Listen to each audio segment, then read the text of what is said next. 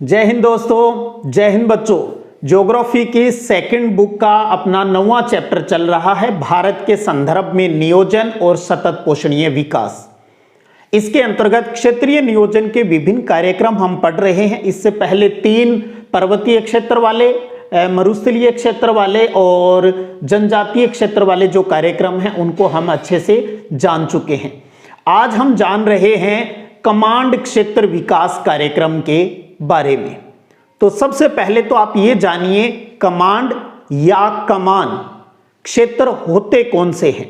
तो ध्यान दीजिएगा, वो इलाका जहां नहर निकाली जाती है और उस नहर के माध्यम से सिंचाई है वो की जाती है। तो नहर निकालकर सिंचाई करने वाला जो एरिया होता है वो कमान या कमांड क्षेत्र कहलाता है। और इसी के अंतर्गत अपना जो टॉपिक है आज वो है इंदिरा गांधी नहर कमांड क्षेत्र। इसका मतलब किसी एक क्षेत्र के लिए एक नहर निकाली गई जिसका नाम है इंदिरा गांधी नहर। एक तरीके से ये एक प्रोजेक्ट चला जिसको हम कहते हैं इंदिरा गांधी नहर प्रोजेक्ट, IGNP। तो सबसे पहले आप ये जान लीजिएगा भी ये किस क्षेत्र के डेवलपमेंट के लिए ये कार्यक्रम है वो स्टार्ट हुआ। तो वो है पश्चिमी राजस्थान में सिंचाई के लिए जल उपलब्ध करवाना। तो पश्चिमी राजस्थान को क्योंकि एक रेगिस्तानी क्षेत्र है, वहां पानी पहुंचाने के लिए ये कार्यक्रम है वो चलाया गया। तो इसमें मेन आ जाता है अपना इंदिरा गांधी नहर। तो सबसे पहले आप ये भी ध्यान रखिएगा भी इंदिरा गांधी नहर का पुराना नाम क्या है, वो है राजस्थान नहर।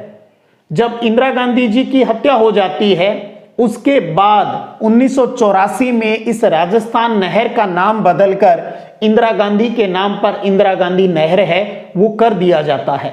ये इंदिरा गांधी नहर जो पश्चिमी राजस्थान है, जो मरुस्थलीय क्षेत्र है, उसके लिए मरु गंगा के नाम से भी जानी जाती है। इस नहर को लाने के लिए जो सुझाव दिया या यूं कहें भी इसके जनक कौन है, तो उस टाइम बीकानेर रियासत के सिंचाई इंजीनियर होते थे कंवर सेन। तो 1948 में कंवर सेन जी ने इस IGNP प्रोजेक्ट के बारे में सुझाव दिया। 10 सालों बाद इस प्रोजेक्ट के ऊपर काम शुरू कर दिया और वो तारीख है 31 मार्च 1958। और इस प्लानिंग के तहत कहां से नहर निकालनी थी ये भी एक इंपॉर्टेंट बात है आपके लिए, और वो है व्यास नदी और सतलज नदी का संगम जहां पर होता है वहां पर एक बांध बनाकर उससे नहर निकालनी थी। तो सतलज और व्यास नदी के संगम पर एक बांध बनाया गया जिसे कहा जाता है हरिके बैराज, हरिके बांध कहा जाता है। और इस बांध से निकाली गई जो नहर है जो कि पश्चिमी राजस्थान में जैसलमेर तक मुख्य नहर और उसके बाद आगे बाड़मेर में गडरा रोड तक इसका पानी है वो पहुंचता है, और वो है सारी इंदिरा गांधी नहर। और मुख्य नहर की जो लंबाई है वो 649 किलोमीटर के आसपास है। और इस नहर से खेतों तक पानी पहुंचाने के लिए, सिंचाई के लिए बहुत सी ब्रांचेज निकाली गई है जिनको हम कहते हैं वितरिकाएं, वितरिकाएं कहा जाता है। तो एक चीज ये भी ध्यान रखिएगा भी वितरिकाओं की लंबाई कितनी है, तो 9060 किलोमीटर है वो वितरिकाओं की ब्रांचेज की लंबाई है। और इस परियोजना से कुल सिंचित एरिया कितना है, तो 19.63 लाख हेक्टेयर, 19.63 लाख हेक्टेयर के अंतर्गत इस प्रोजेक्ट के माध्यम से सिंचाई है वो संपन्न होती है। आप मानचित्र के अंतर्गत भी इस बात को अच्छे से देख सकते हैं भी हरिके बैराज से जो IGNP इंदिरा गांधी नहर निकलती है व्यास और सतलज जो नदी है उसके संगम से, फिर कुछ पंजाब में बहने के बाद फिर राजस्थान में प्रवेश करती है और जैसलमेर और उससे भी आगे बाड़मेर तक पानी है वो आज इसका पहुंचता है। इस नहर का जो निर्माण है वो 2 चरणों में संपन्न हुआ। तो इन दोनों को भी आप अच्छे से क्लियर कर लें भी किस चरण में कौन सा एरिया शामिल था और क्या उसकी खास बात आपको ध्यान में रखनी है। तो पहले चरण के अंतर्गत हनुमानगढ़ जिला, गंगानगर जिला और बीकानेर जिले का उत्तरी भाग शामिल था।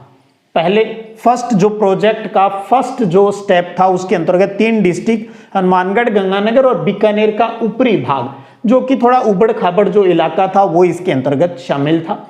और इस चरण के माध्यम से जो सिंचित एरिया है वो यहाँ का वो है 5.53 लाख हेक्टेयर। जो टोटल कितना है 19.63 है, उसमें से 5.53 है वो फर्स्ट चरण से सिंचित होता है।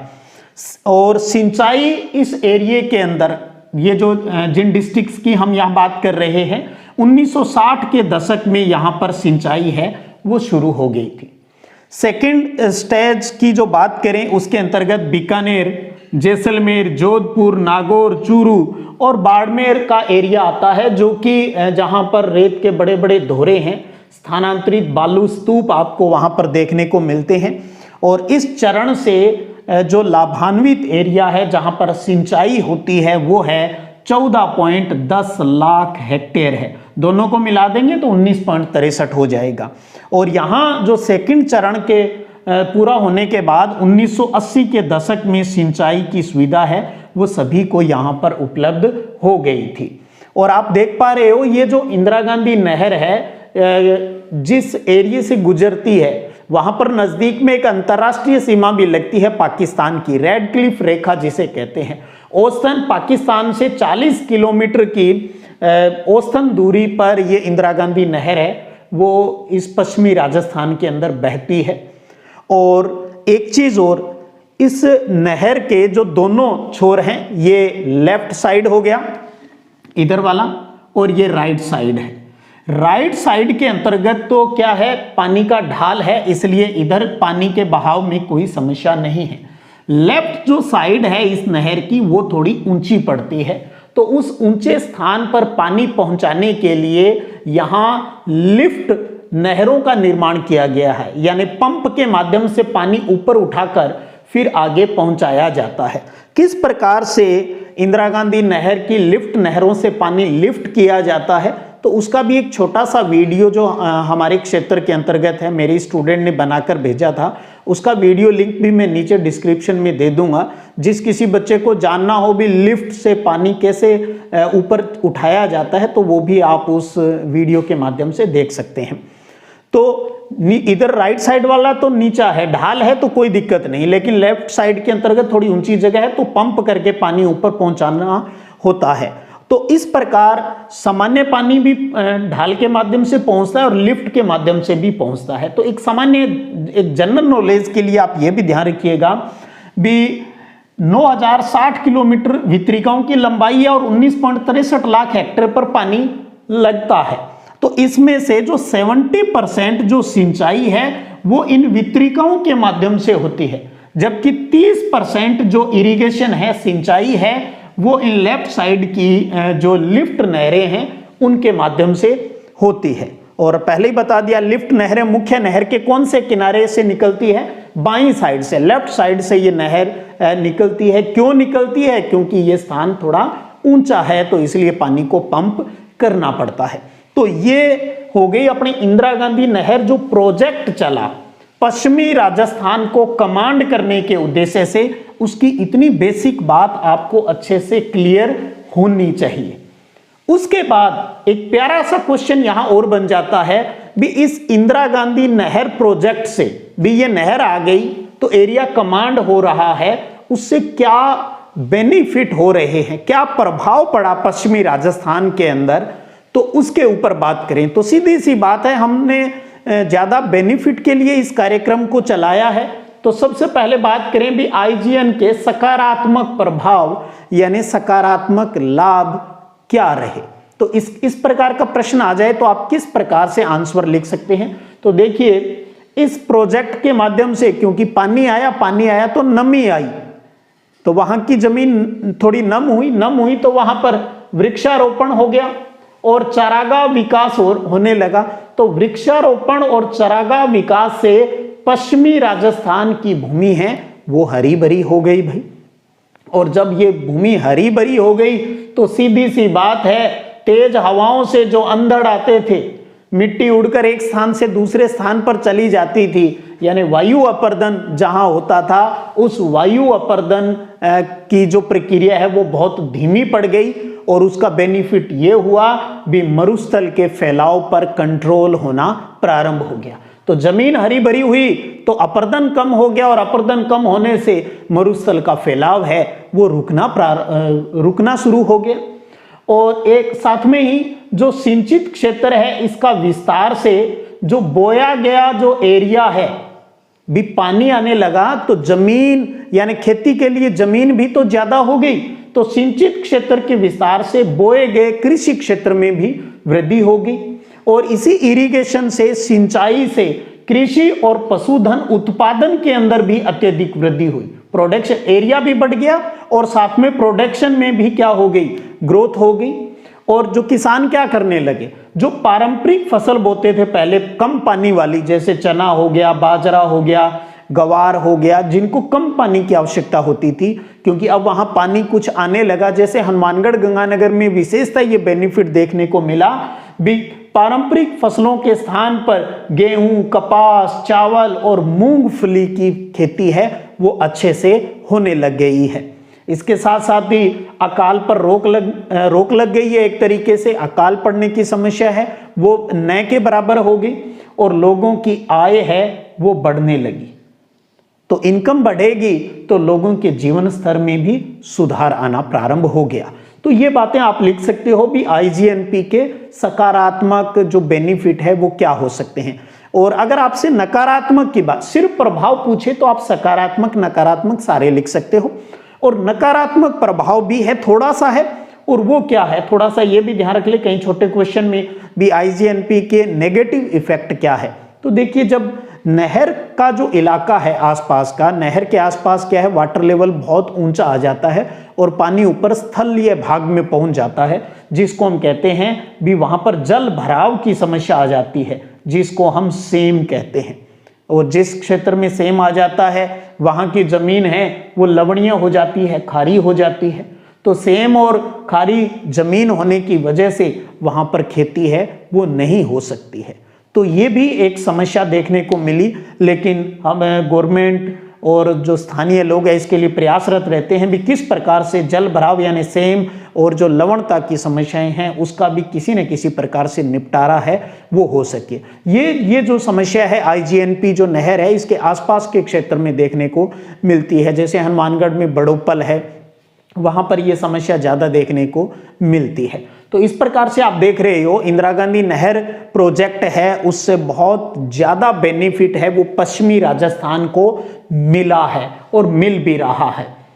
तो ये थी 4 बड़ी आपकी क्षेत्रीय नियोजन की जो कहे योजनाएं कार्यक्रम थे। अब एक चीज यहां पर और प्यारी सी बात और बनती है, एक प्रश्न बनता है कि सतत पोषणीय विकास को बढ़ावा देने वाले उपाय बताइए। जैसे हम इसी नहर पर बात कर लें भी, इंदिरा गांधी नहर है, इंदिरा गांधी नहर का जो कमांड क्षेत्र है यहां पर सतत पोषणीय विकास को बढ़ावा देने के लिए हमारे पास क्या उपाय हो सकते हैं। एक बहुत प्यारा क्वेश्चन बनता है ये बोर्ड की दृष्टि से, और इसमें एक शब्द आ जाता है भी सतत पोषणीय विकास क्या है।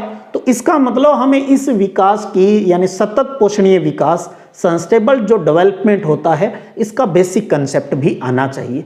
एक बार आप इसको नोट करना चाहें तो अच्छे से नोट कर लें और उसके बाद सतत पोषणीय विकास क्या है और उसको बढ़ावा देने के क्या उपाय हो सकते हैं आईजीएनपी क्षेत्र के हिसाब से, उसके ऊपर बात कर लेते हैं। चलिए टॉपिक को आगे बढ़ाएं, उससे पहले बात करते हैं सतत पोषणीय विकास यानी सस्टेनेबल डेवलपमेंट क्या होता है। तो आपको बताना चाहूंगा सबसे पहले इस शब्द का जो इस्तेमाल है वो 1987 में हुआ था। 1987 में ब्रंटलैंड की एक रिपोर्ट आई थी और उस रिपोर्ट का नाम था आवर कॉमन फ्यूचर यानी हमारा साझा भविष्य। 1987 में ये रिपोर्ट आई। इस रिपोर्ट के अंदर इस शब्द के बारे में अच्छे से व्याख्या है वो की गई। और ये ब्रंटलैंड कौन थे? ये जो अपना WECD जो यूएनओ की एक संस्था रही है जिसका नाम था विश्व पर्यावरण और विकास आयोग, उनकी ये प्रमुख थी और नॉर्वे की ये प्राइम मिनिस्टर रही है ब्रंटलैंड। तो उन्हीं की रिपोर्ट थी, तो उन्हीं के नाम पर भी इसको जाना जाता है और इसका जो शीर्षक था वो था आवर कॉमन फ्यूचर। इसके अंदर इसकी क्या परिभाषा दी गई, हमें उस पर फोकस करना है। सतत पोषणीय विकास एक ऐसा विकास होता है जिसमें वर्तमान पीढ़ी अपनी आवश्यकताओं की पूर्ति इस प्रकार से करती है कि भविष्य की पीढ़ियों को उसका नुकसान नहीं हो। ये अच्छे से ये परिभाषा तैयार है, वो आप कर लीजिएगा। सीधी सी बात है, आज हमारे पास जो भी चीज है उसको हम इस प्रकार से इस्तेमाल करें भी हमारी आने वाली पीढ़ियों की आवश्यकताओं की पूर्ति के लिए भी वो चीज बची रहे।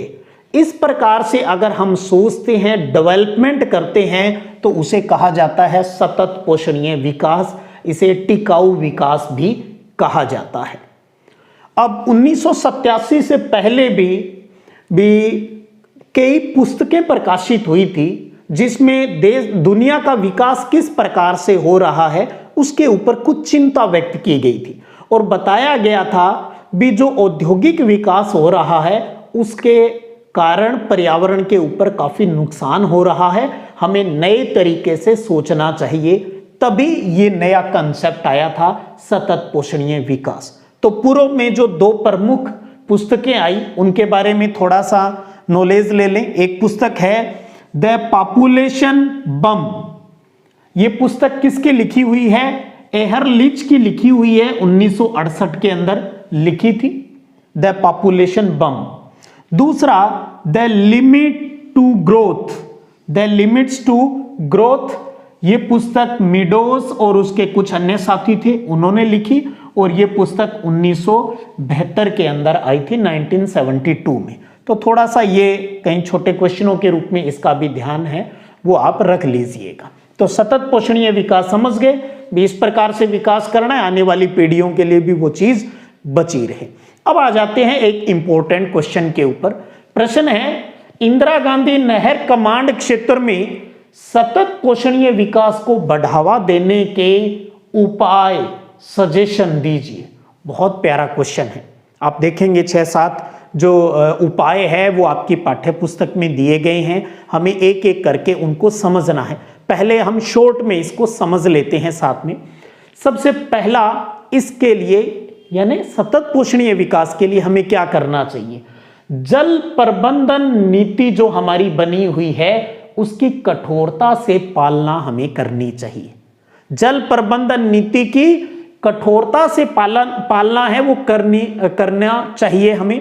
आप याद कीजिए आईजीएनपी के 2 चरण थे, जिसके अंतर्गत जो पहला चरण था उसके अंदर जो कमांड एरिया था हनुमानगढ़, गंगानगर और बीकानेर का जो उत्तरी क्षेत्र था, वहां पर जो पानी देना है वो रक्षण सिंचाई के रूप में देना है। रक्षण सिंचाई का मतलब क्या है भी जब वहां उचित बारिश नहीं हो रही हो तभी सिंचाई के लिए पानी देना है। अगर बारिश अच्छे से हो जाए तब उस क्षेत्र में आप पानी मत दीजिए। और दूसरे चरण के अंतर्गत जो कि बीकानेर से आगे का जैसलमेर, बाड़मेर, जो गुजरात जोधपुर और चूरू वाला जो इलाका आ जाता है, उस चरण के अंतर्गत फसलों को उगाने और चारागाह विकास के लिए सिंचाई का प्रावधान है वो किया गया है। तो इन दोनों चरणों के अंतर्गत सिंचाई का जो प्रावधान किया गया है उसकी कठोरता से पालना होनी चाहिए। तब हम कह रहे हैं कि जल प्रबंधन नीति की कठोरता से पालना होनी चाहिए। दूसरा उपाय क्या है? दूसरा उपाय है भी कम पानी वाली फसलों को बढ़ावा देना चाहिए। किसानों को ऐसी फसल नहीं बोनी चाहिए जिसके लिए अधिक पानी की आवश्यकता है। फॉर एग्जाम्पल जैसे चावल हो गया, चावल के लिए अधिक पानी चाहिए तो वो नहीं बोनी चाहिए। कम पानी वाली फसलों को ही बोया जाना चाहिए। इस प्रकार का जो कमांड क्षेत्र है उसके अंतर्गत। और किसानों को सलाह दी जानी चाहिए भी बागाती कृषि के अंतर्गत मुख्यतः जो खट्टी जो फल होते हैं उनकी खेती करनी चाहिए। जैसे कि आप जानते हो हनुमानगढ़, गंगानगर तो विशेषतः प्रसिद्ध है किन्नुओं के लिए, जो संतरे की एक वैरायटी है। तो इस प्रकार की किन्नुओं की खेती है वो करनी चाहिए। तो खट्टे फलों की खेती है वो की जा सकती है। तो समझ गए, कम पानी वाली फसलों को बढ़ावा देना चाहिए। ये सतत पोषणीय विकास के लिए हो सकता है, इस कमांड क्षेत्र के लिए। अगला है कि बहते हुए जल की हानि यानी क्षति रोकने के उचित उपाय करने चाहिए। भी सिंचाई के लिए जो नहरों का जो नालों के माध्यम से, जिसको हम हमारी साइड में बोलते हैं हमारी भाषा में खाड़ा, तो उस और जो छोटी नहरें हैं, कस्सी हैं जिनको कहते हैं, तो बहते हुए उस जल की क्षति को रोकने के उपाय करने चाहिए। वो क्या हो सकते हैं? हम हमारे जो नाला जो पानी आता है जिससे उसको पक्का करना चाहिए।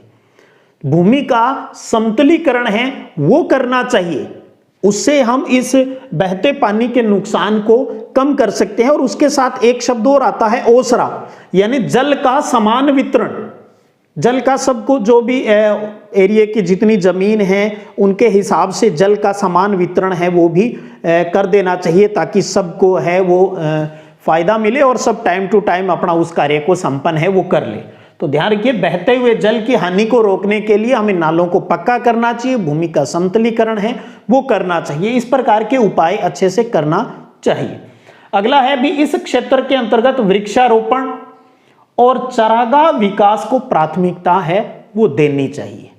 हम खेतों के बाहर या जहां भी नहर के आसपास है वो पूरे वृक्षों की हम एक श्रृंखला, एक मेखला है वो बना सकते हैं। तो वृक्षारोपण और चारागाह को प्राथमिकता मिलनी चाहिए। उसके साथ साथ गरीब किसानों को कृषि कार्य के लिए वित्तीय सहायता मिलनी चाहिए। गवर्नमेंट को कुछ बेनिफिट है वो सरकार जो गवर्नमेंट है वो कुछ बेनिफिट किसानों को दे।